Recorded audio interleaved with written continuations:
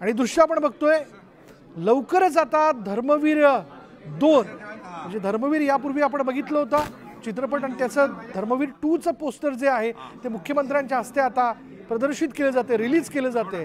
आणि यावेळी खुद्द अभिनेता बॉबी देओल, त्याचबरोबर दिग्दर्शक महेश कोठारे, अभिनेता अशोक सराफ, प्रसाद ओक या ठिकाणी आपल्याला बघायला मिळतोय, ज्यांनी धर्मवीरांची भूमिका यापूर्वी साकारली होती।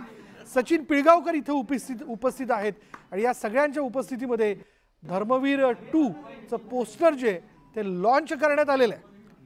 धर्मवीर चित्रपटाचं चित्रीकरण हे सुरू झालेलं आहे। नेमकं धर्मवीर 2 मध्ये आपल्याला काय पाहायला मिळेल याबद्दल सगळ्यांच्या मनात मोठी उत्सुकता आहे।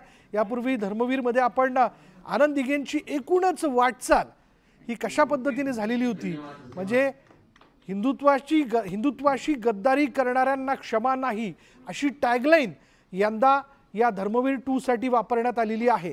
त्याच्यामुळे या पोस्टर लॉन्चिंगच्या वेळी आपण बघतोय निर्माता मंगेश देखील या ठिकाणी बघायला मिळतोय आपल्याला। मुक्काम पोस्ट ठाणे या चित्रपटाला भरभरून प्रतिसाद दिला होता। मला आशा आहे, मला अपेक्षा आहे की या धर्मवीर 2 साहेबांच्या हिंदुत्वाची गोष्ट नेमकी काय आहे, ही गोष्ट कुठल्या साहेबांच्या हिंदुत्वाची आहे याचा यात उलगडा होणार आहे। भाग 1 च्या शेवटी काही प्रश्न सुटून गेले होते। भाग 1 च्या सुरुवातीला आणि भाग 2 च्या सुरुवातीला आणि भाग 2 संपता त्या प्रश्नांची उत्तर तुम्हाला नक्की मिळतील। मागच्या वेळेला जसं तुम्ही सगळ्यांनी, मीडियाने सुद्धा, प्रेक्षकांनी जसा आम्हाला भरभरून प्रतिसाद दिला होता, त्याचप्रमाणे याही वेळेला तुमचा सगळ्यांचा भरभरून प्रतिसाद मिळेल अशी मी अपेक्षा करतो। मुख्य नट प्रसाद ओक ज्यांनी आनंद दिघे साहेबांची भूमिका केली होती, याआधी त्यांनी केलेलीच आहे। मागच्या वेळेला संपूर्ण जितकेही मराठी इंडस्ट्रीमध्ये जितके पारितोषिक आहेत ते सगळे त्याला मिळाले होते। या वेळेला क्षितिज दाते हा साहेबांच्या रोलमध्ये दिसणार आहे। तो कसा दिसणार आहे, तो काय करणार आहे, हे सगळं आपल्याला चित्रपट प्रदर्शित झाल्यावर मी साहेबांना विनंती करतो, मी महाराष्ट्र भूषण आणि आमच्या सगळ्यांचे लाडके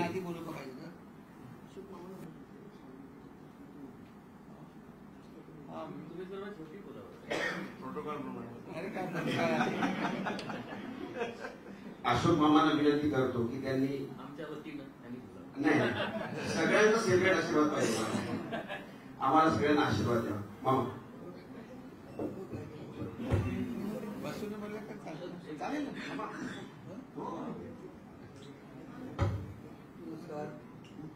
नमस्कार।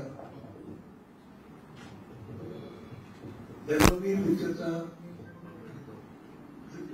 पिक्चरचा दुसरा भाग पूर्णपण झालेला आहे आणि तो आता रिलीज होण्याच्या मार्गावर आहे। लोकांना निश्चित याबद्दल उत्सुकता असेल असं मला वाटतं, कारण पहिलं जे धर्मवीर होतं